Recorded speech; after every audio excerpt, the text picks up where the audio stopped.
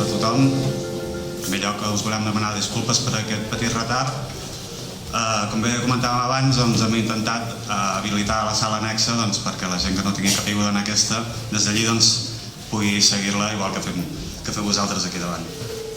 Un cop demanat les disculpes, agrair-vos la vostra presència, agrair també al Centre de Lectura pel fet que aquesta xerrada sigui una realitat, també agrair al Rubén tota la seva voluntat per fer aquesta xerrada i, com no, agrair la paciència a les persones que tinc al meu costat i que tot seguit us passo a presentar.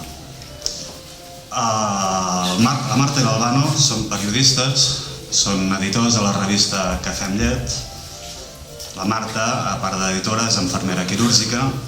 Ells fa uns 9 anys que treuen una tirada de revistes gratuïtes a la zona de la Selva i de la Maresma amb uns 30.000 exemplars cada mes. Ells van començar a fer una feina d'investigació entorn a la gestió hospitalària dels hospitals més propers i a partir d'aquí van començar a veure com presumptes irregularitats marcaven el dia a dia d'aquesta gestió. Després ells ja seran els encarregats de donar-nos més dades. I al meu costat tenim la Teresa Forcades i Vilà. Ella és monja benedictina al monestir de Sant Benet de Montserrat. Va néixer a Barcelona el 66 i va estudiar medicina en aquesta ciutat. El 1922 va marxar als Estats Units, on va realitzar l'especialitat de medicina interna a la Universitat de Nova York a Buffalo. L'any 22... 1992, disculpeu. Vol dir que escolteu? Sí, m'agrada perquè esteu molt atents. Això és un goig. Doncs allí va estudiar medicina interna a la Universitat de Nova York, a Buffalo, i els estudis teològics corresponent al Master of Divinity de la Universitat de Harvard. Va entrar al monestir l'any 1997. Es va doctorar en Salut Pública per la Universitat de Barcelona el 2004 amb una tesi sobre les medicines alternatives. Es va llicenciar en Teologia Fonamental el 2005 amb una tesi sobre el misteri de la Trinitat i es va doctorar el 2008 a la Facultat de Teologia de Catalunya amb una tesi sobre el concepte de persona en la teologia trinitària clàssica en relació a la noció moderna de llibertat com a autodeterminació. Ha publicat també Els crims de les grans companyies farmacèutiques, La teologia feminista en la història. Ha realitzat a Alemanya la seva investigació de postdoctorat a la Universitat de Humboldt, Berlín, a fi d'aprofundir el diàleg entre la noció teològica de persona i les nocions de subjectivació de certes antropologies contemporànies. Actualment resideix de nou al seu monestir a Montserrat i prepara un llibre sobre la medicalització. Molts de vosaltres us preguntareu què tenim en comú els que estem aquí dalt sentats, i avui no em toca parlar amb mi, però sí que podríem dir que tenim moltes de coses en comú, però n'hi ha una que avui volem ficar de manifest i que cadascú les han viscut d'una manera o d'una altra i en definitiva tracten de com els diners públics sovint a través de l'administració van a parar a mans privades i no responen pas a criteris d'eficiència, d'efectivitat, de garantir un sistema sanitari de qualitat, sinó que són subjectes de voler una mercantilització d'aquest servei a fi i efecte d'enriquir uns quants i distribuir les despeses a la resta de la població. Fa temps, el Josep Maria Via, que després l'Albano i la Marta ens donaran més dades, feia un article on deia que l'administració pública ficava pals a les rodes quan volia fiscalitzar tant la gestió que es feia dels diners públics en certs àmbits sanitaris on ho fan en forma concertada o amb un tipus d'opacitat en base al dret mercantil privat. O sigui, avui el que us volem traslladar és com els diners públics, amb el permís de polítics, acaben en institucions, ens, on també hi ha polítics, i després aquests acaben en butxaques d'altres i ho fan no sota els seus conceptes i els seus arguments d'efectivitat, eficiència i garantia d'un servei, sinó que ho fan sota el concepte de, com deia abans, de repartir els costos entre tots i privatitzar els guanys. Per tant, feta aquesta petita contextualització, m'agradaria també fer un petit detall, que el Col·legi de Secretaris i Interventors de Catalunya, en un informe fa poc, deia que aquestes empreses que es dediquen a fer aquesta gestió, aquesta mercantilització, depèn de quin servei públic, eren les que presentaven més deute i més dèficit. I els llocs on secretaris i interventors podien fiscalitzar aquesta gestió del diner és on hi havia menys. Per tant, la intenció d'aquesta xerrada és que no ens enganyin quan ens diuen que aquesta gestió privada el que vol és que tinguem més serveis, que surti més econòmic per tothom, sinó ben al contrari.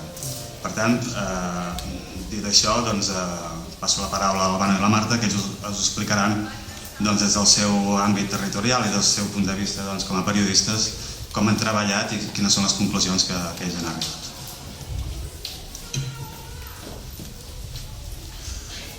Bona tarda. Quan fèiem aquesta revista vam dir és molt necessari fer una revista com aquesta. Serà molt útil i veig que amb la calor que fa està sent. És una revista molt útil. Després, si a més la llegiu, jo crec que fa el seu servei. Jo el que faré, estic molt impressionat i molt agraït de que ens hagin convidat a venir, de que ens acompanyi la Teresa, de que David ens hagi convidat a Reus, que per nosaltres és un lloc de referència i ara explicaré per què. Jo el que faré o intentaré fer és us explicaré com ens vam trobar en aquesta situació d'investigació de la sanitat. Explicaré el que vam trobar i explicaré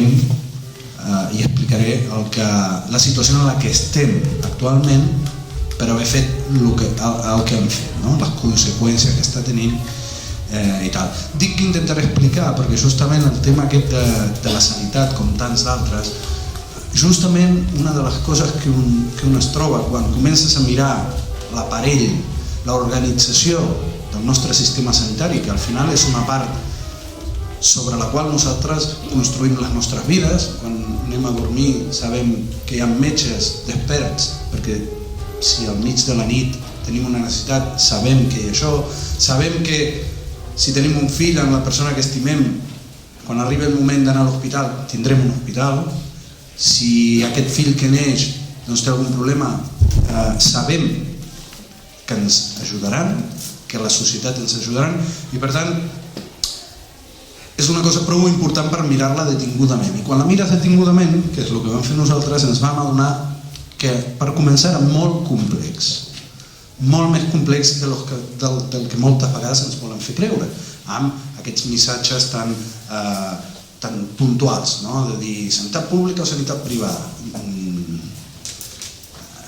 Ens hem de fixar millor i amb més atenció perquè d'això, d'aquest sistema, depenen les nostres vides. Llavors nosaltres editem una revista que ara no tenim cap exemplar, és una revista, la típica revista de poble, una revista que es financia amb publicitat del comerç local, surt a la zona Blanes, Lloret, Calella, això és la comarca de la Selva, al sud de la província de Girona, i durant 9 anys hem explicat el que passa en els plens, o explicar si han posat un semàfor nou i tal. Quan van començar les primeres restriccions a l'àmbit sanitari, sense saber gaire més que el fet que allà teníem 2 hospitals públics, vam decidir explicar què estava passant. Per què? Per un costat perquè ens trobàvem que començaven a haver-hi menys prestacions, menys metges, menys serveis, menys hores d'atenció, i per un altre costat, a nivell de treballadors, veiem que gent que treballava allà veia com cada vegada cobrava menys, gent que cobrava 900 euros passava a cobrar 850, i això en la nostra zona estava tenint un impacte, i nosaltres anem a explicar el que està passant a l'Hospital de Blanes i a l'Hospital de Calella. Vam començar a preguntar, perquè vam dir com funciona això, per què ara no hi ha diners per pagar les infermeres, per què no hi ha diners? Llavors ens vam adreçar a aquests hospitals, a la gent que gestiona aquests hospitals, i ens hi vam preguntar, escolta'm, això com és? Aquesta gent ens diu, mira, a nosaltres el govern ens dona cada any un pressupost, i amb aquest pressupost hem d'atendre la gent. Si aquest any ens donen menys pressupost, doncs podem fer menys coses. Certament l'explicació era molt senzilla i era obvi, si hi ha més diners doncs fem més coses, no? Llavors, molt bé. I llavors, quin criteri feu servir per estalviar? Si abans us donaven 100 i ara us donen 90, aquests 10, bueno, clar, els treballadors han de fer un esforç, les persones embarassades, les dones embarassades, en comptes d'anar aquí, han d'anar 10 quilòmetres més avall, perquè així estalviem un metge i tal. I dic, val. Curiosament, en l'oficina on estàvem tenint la reunió, a fora hi havia una obra que estaven reformant de dalt a baix la cafeteria. I li pregunto, ostres, heu modificat els convenis laborals, heu modificat tot el sistema de servei, però la cafeteria, qui decideix si aturar l'obra de la cafeteria o rebaixar 50 euros a un treballador? I aquesta va ser la pregunta que després ens vam adonar que era la pregunta. O sigui, la decisió aquesta la prenia l'equip gestor d'aquest hospital. Algú pot pensar, bueno, és un hospital públic, serà un agent que dependrà d'algun parlament, d'algun ajuntament. Doncs la realitat és que no. La realitat és que el govern, sobretot en el sector concertat, perquè encara que un vagi a tots els hospitals amb una targeta blava i t'atenguin i no paguis res, no vol dir que tot sigui igual. Tenim dos grans maneres d'accedir als serveis. Per un costat, l'Institut Català de la Salut, que és allò que és la part més netament pública, diguem-ne, i després tenim un sector concertat que presta servei a la Generalitat, és a dir, jo dono un servei a canvi d'uns diners que em dona la Generalitat. Dintre d'aquest sector concertat trobem diverses opcions, des d'hospitals municipals, públics, però municipals, entitats que antigament eren caritatives i fins i tot alguna empresa privada que a canvi d'uns diners dona un servei al ciutadà. El ciutadà no nota res, va amb la seva tarja, l'atén i se'n va. Però hi ha una diferència entre el que és l'ICS, la part més pública, per dir-ho d'alguna manera, tot i que hi ha gent que diu que hauria de ser més públic, no? Hi ha una diferència, i la diferència és la capacitat de control, el que parlàvem abans, la capacitat de control que té el ciutadà o els seus representants per veure què es fa amb els diners, per veure si abaixem el preu el que li paguem a les infermeres o li aturem la concessió a la cafeteria nova. Aquestes decisions són les que en el sistema concertat, que ocupa gairebé la meitat de tot el sistema sanitari, doncs aquestes decisions es prenen, com hem pogut comprovar, d'esquenes als ciutadans, que són els que paguen, d'esquenes als seus representants, i ara explicaré per què, i amb una total opacitat. Això va ser el primer que ens vam trobar, van dir, bueno, no tenim diners i tal. Mirem el pressupost d'aquests hospitals. Mobles, 400.000. I dius, em pot dir quins mobles són aquests, els 400.000 euros que us heu gastat? No, això no tenim per què explicar-ho. I dius, home, 400.000 euros... Però per què dubtes? Dic, no, jo no dubto, jo senzillament vull saber i punt. Després ja veurem si dubto o no dubto. Clar, quan fas 10 preguntes com aquestes a 10 partides diferents i de cap et donen resposta, quan preguntes on estan els estudis i et diuen que no, que ells no tenen l'obligació de dir-t'ho, i dic, molt bé, em sembla molt bé que no tinguis l'obligació, però mira, ja que estàs, m'ho podries dir, no? Doncs no, no t'ho dic. I aquí és quan penses, si no hi ha llum, hi ha foscor. Si no m'ho dius, per alguna cosa és. I la meva feina és dubtar, i la meva feina és preguntar fins que me responguis, perquè són els meus diners, bàsicament. La qüestió, en comptes de poder denunciar coses, l'únic que podíem denunciar és que no sabíem res. Escolta'm, sóc el que paga tot això i no sé res, i vosaltres, lectors, tampoc. La qüestió, publicaven mes rere mes, que no ens diuen quan guanya la gerent, que no ens diuen on està aquest informe que ha costat 300.000 euros, que no ens diuen a on te compren els mobles. Què fem? Aquí sembla que no passa res i amb la Marta vam dir fem un vídeo, ho expliquem tot, una mica també hi havia hagut gent que havia utilitzat el vídeo i havia tingut un impacte molt gran i vam dir fem el vídeo aquest i escolta'm, poder fins aquí hem arribat, no podem fer res més. Vam fer el vídeo i arrel d'aquest vídeo on te vam explicar tot el que no ens deien es va posar sobre la taula gràcies a la gran repercussió que va tenir. Arrel d'aquest vídeo es va posar en contacte amb nosaltres al diari El País, es va posar en contacte amb nosaltres a Ràdio Nacional. Tot es va començar a moure una mica gràcies a l'impacte que va tenir aquest vídeo, tot i que no explicàvem res, que no ho portéssim un any explicant i que no sapigués tothom. Però, per lo que sigui, la qüestió que un dia ens arriba un document i el document diu que hi ha un informe de la Generalitat que s'ha mantingut amagat on justament s'havia estudiat tot el que havia passat en aquests dos hospitals. Aquest informe de la Sindicatura de Comptes, que després es va conèixer com l'informe Crespo,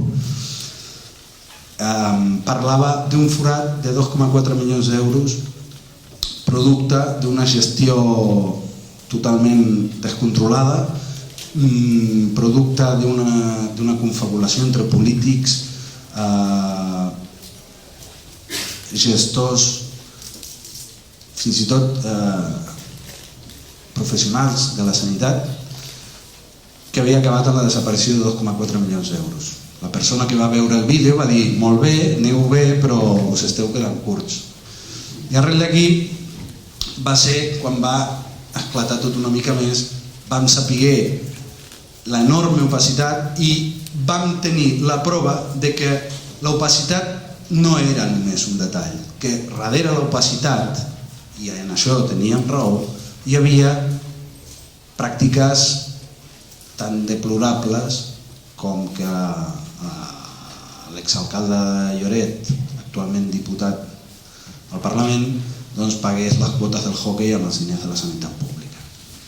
Això és poquet, són 200 euros o 300, però van cobrar ell i la seva dona 270.000 euros o 220.000, bueno, tot això està recollit. En sous irregulars van comprar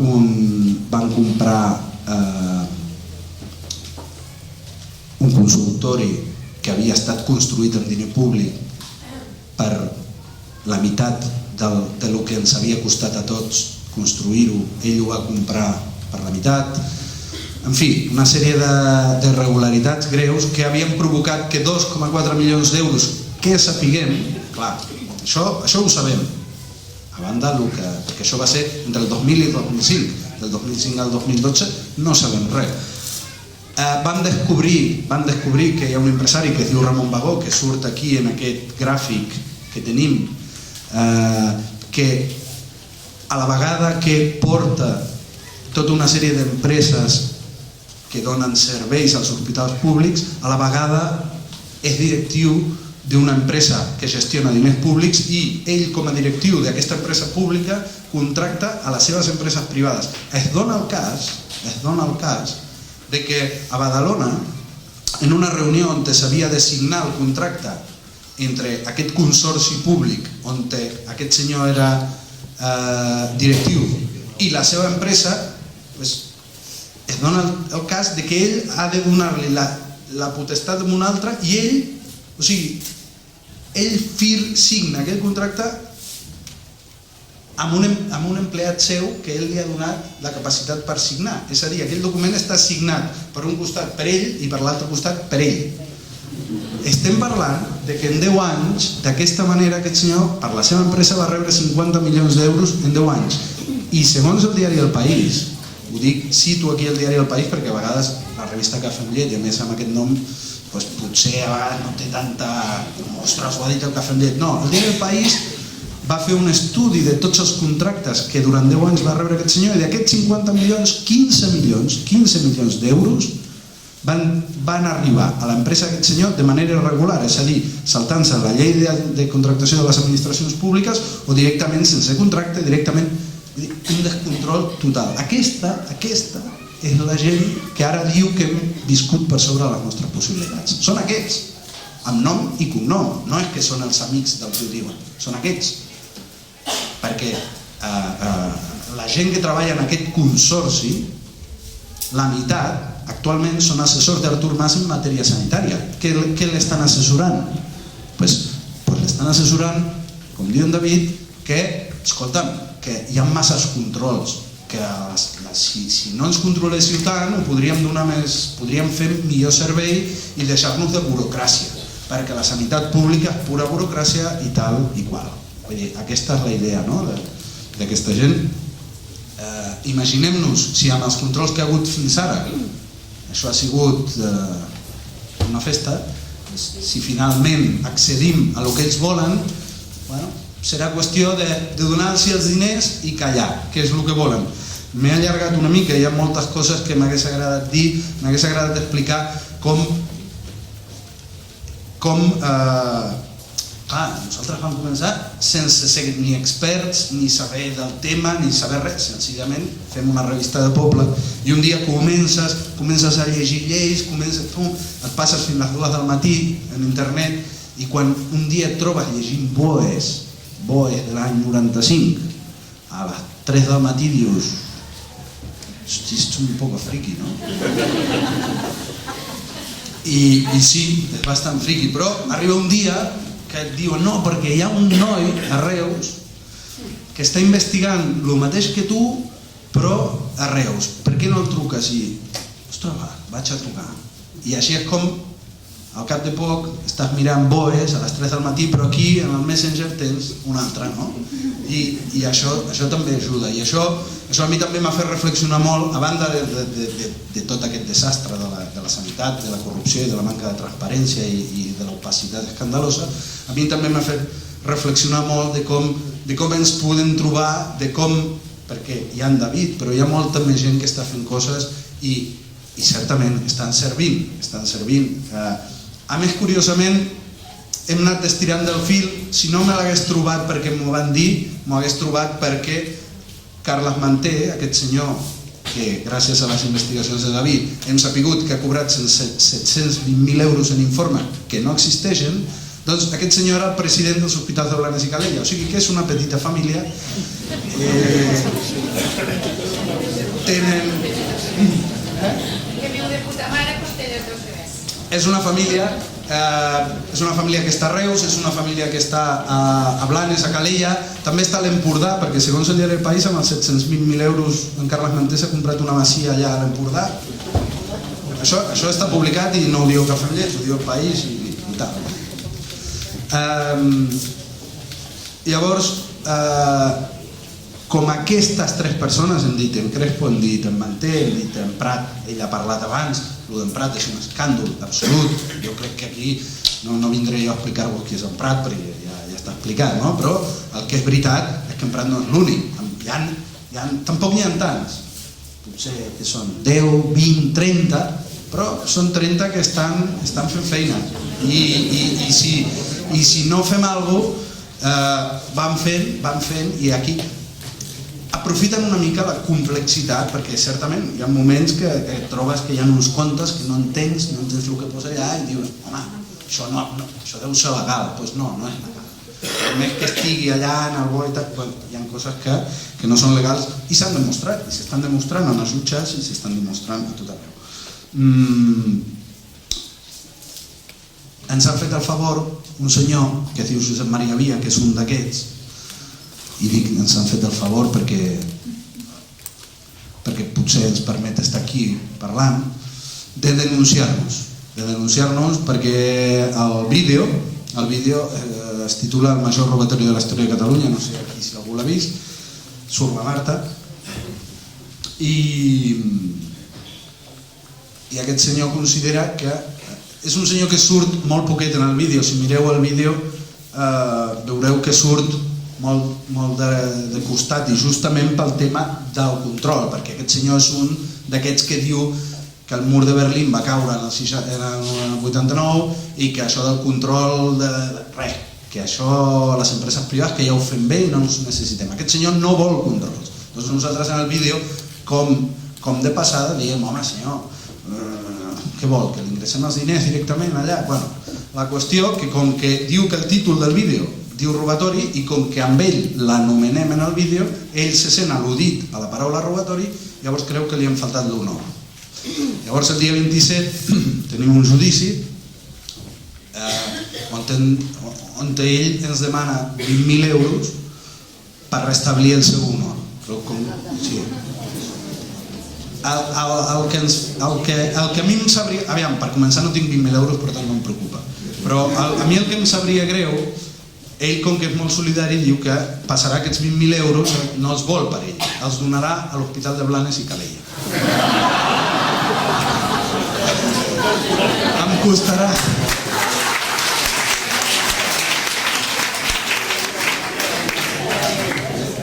Però la Marta ara us explicarà una mica quina és la situació en la que ens trobem, perquè bueno, a més de la denúncia, com ho estem vivint, perquè tot això té unes conseqüències que òbviament qui no vol post no hagi gaire, i la Marta es pot explicar. Pensava que ho explicaries tot tu, És que ara ja m'estava agafant el tros que he d'explicar jo i dic, com s'enrotlli gaire no sabré què dir. Doncs bé, una mica com ha dit l'Albano, ara ens trobem en un punt que després d'estar investigant i de traient a la llum tot això, un bon dia estàs a casa, nosaltres tenim, la redacció la tenim a casa, és una habitació al costat del menjador, som una empresa molt petita, tan petita que som ell i jo hi estic estones i ell ja està tot el dia. Llavors arriba el carter, et porta un sobre, així molt gruixut, del jutjat de primera instància. Hi ha els teus pares per allà, els nens, i bé, arriba el carter i tu obres el sobre. I et quedes així una mica... Mira, ha arribat la resposta, no d'alguna manera l'estàs esperant d'aquesta forma, però sí que t'estàs esperant alguna resposta per part dels senyors dels quals estàs parlant i dels quals estàs descobrint tanta porqueria que hi ha sota la catifa i que no surt a la llum. Doncs bé, arriba la demanda, veiem qui l'ha posada i diem a veure qui serà, no? Qui pot ser? Serà en Bagó, serà en Prat, serà en Manter? Clar, ens estranyava una mica, no? I aquella sorpresa de qui podia ser, perquè és clar, si era un d'aquests que acabo d'anomenar, doncs tots estan sent investigats per l'oficina antifrau, per anticorrupció, per qui sigui, per tothom, no? Estan amb l'ull de l'huracà i dius, ostres, a més, ara tenen els nassos o el valor de denunciar-te tu. Doncs no era cap d'aquests, perquè clar, parlant així una mica clar, estan embolicadets, no? Per dir-ho d'alguna manera. Era el senyor Josep Maria Via, que abans us ha anomenat l'Albano. El senyor Josep Maria Via surt de manera molt escueta, molt petita en el vídeo. El citem perquè va escriure un article on diu que a ell li sembla que a la sanitat pública no li calen tants controls burocràtics, o sigui que hi hauria d'haver menys control. I jo, que sóc la que surt al vídeo, és un vídeo amb un primer pla molt senzillet en aquesta habitació de casa que us he explicat, jo li dic al senyor Via, dic, sí, esclar, dic, i vostè què vol? Que li ingressem directament els calés amb un compte a Liechtenstein? Bé, aquest senyor s'ha ofès molt, perquè a part d'aquesta frase, doncs el vídeo diu el major robatori de la història de Catalunya i ens denuncia per atemptar al seu honor i ens demana 20.000 euros. Aquí, com a contrapartida o com a cosa molt important, cal dir que només ens denuncien per això, aquest senyor, que és amic de tots els altres. És com si diguéssim l'esquer, no? La persona única que potser no està sent investigada a fons, per dir-ho d'alguna manera, és l'únic que pot posar aquesta denúncia, diguem-li d'aquesta manera, no? Aquest senyor, però, està molt ben connectat amb els altres, perquè, per exemple, havia sigut soci en moltes empreses farmacèutiques, amb el senyor Prat, per exemple, havia estat també company en el Consorci Hospitalari de Catalunya amb el senyor Bagó, també està connectat amb l'advocat, un dels advocats que curiosament també porta la demanda, que amb el senyor Josep Maria Via, un advocat, el senyor Josep Maria, és el Francesc José María, és que tants noms ja Via, José María, ja m'estic liant. O sigui, estan tots molt ben connectats entre ells, no?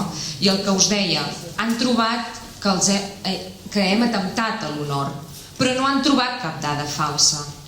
No hi ha cap dada errònia. Per tant, potser sí que és agosarat haver posat el major robatori de la història de Catalunya, però esclar, si resulta que el nostre vídeo es va quedar més que curt, després al diari El País, a altres diaris també, a mitjans, surt que han robat milions d'euros, robat, ja no sé ni si ho puc dir, presumptament robat, perquè ja m'ha arribat un sobre casa, demà me n'arriba un altre, si hi ha algú aquí escoltant i diu no han robat.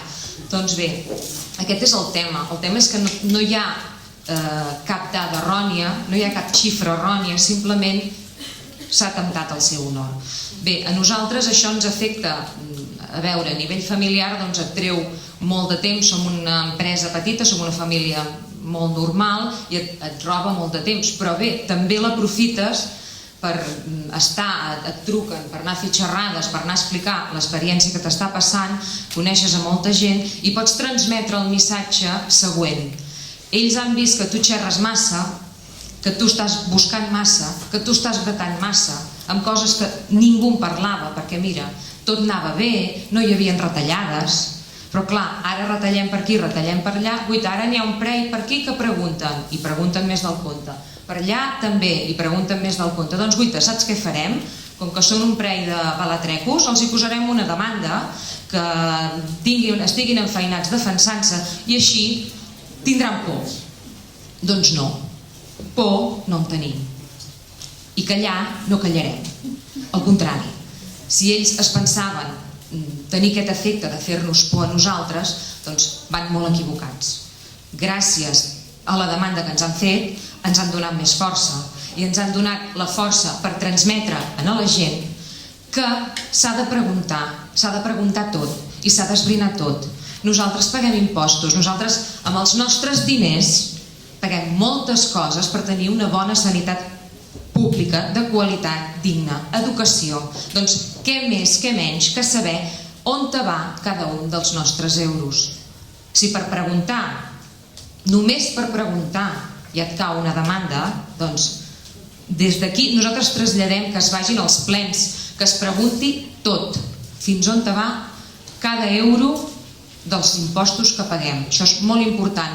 I no cal ser ni cap polític de renom, ni... A veure, persones senzilles amb un telèfon, amb un ordinador, poden fer aquesta feina i poden posar contra la paret a gent que està a la més alta cúpula i que es pensava que mai ningú els hi destaparia la paradeta, per entendre's d'alguna manera.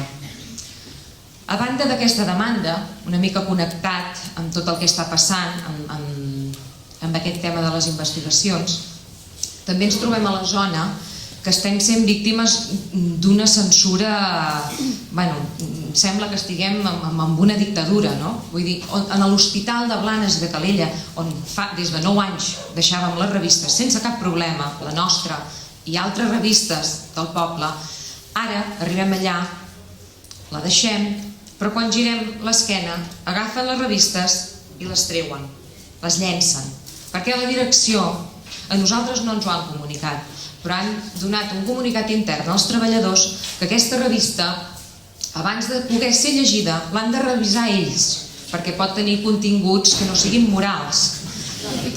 Llavors, està dit així en un paper. I tenim un vídeo, justament que l'hem tret fa un parell de dies, en retalls així de minuts, on es pot veure com les retiren i on es pot llegir aquest comunicat.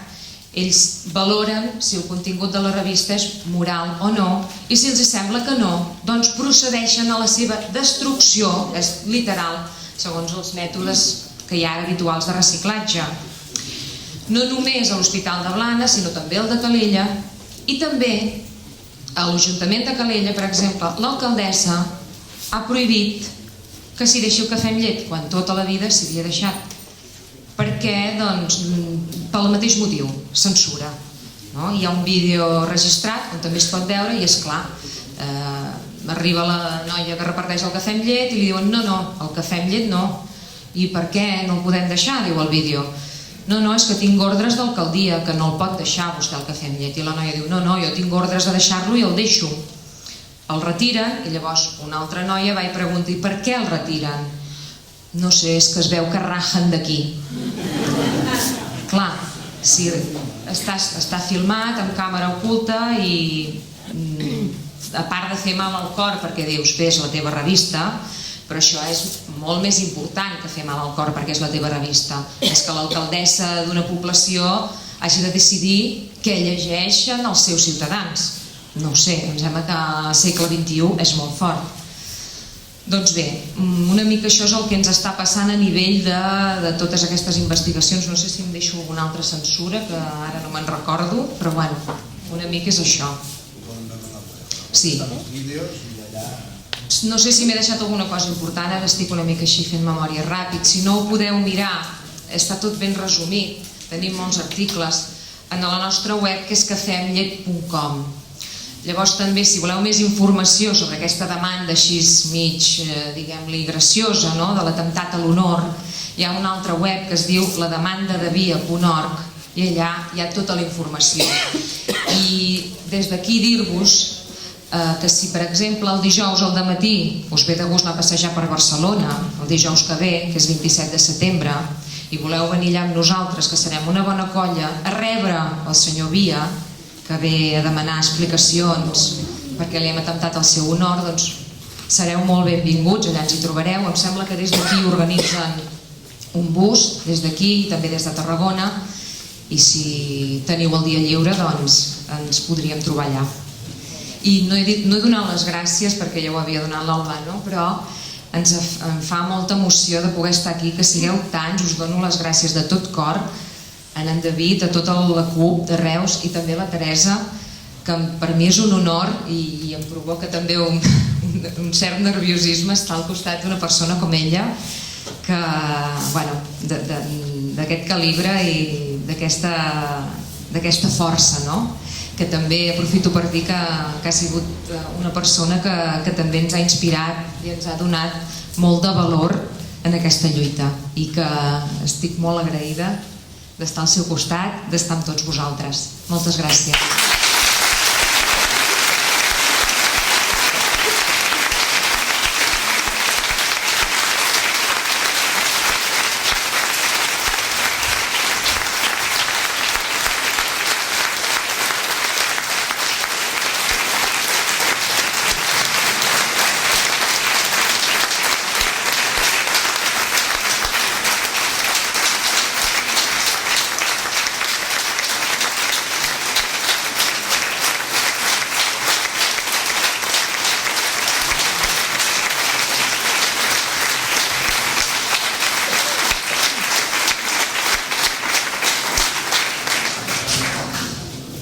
Gràcies a Albano, Marta, jo crec que sou un exemple a seguir i a vegades són coses tan senzilles com dir que si tothom fes com d'altres les coses funcionarien millor i és tan senzill com això.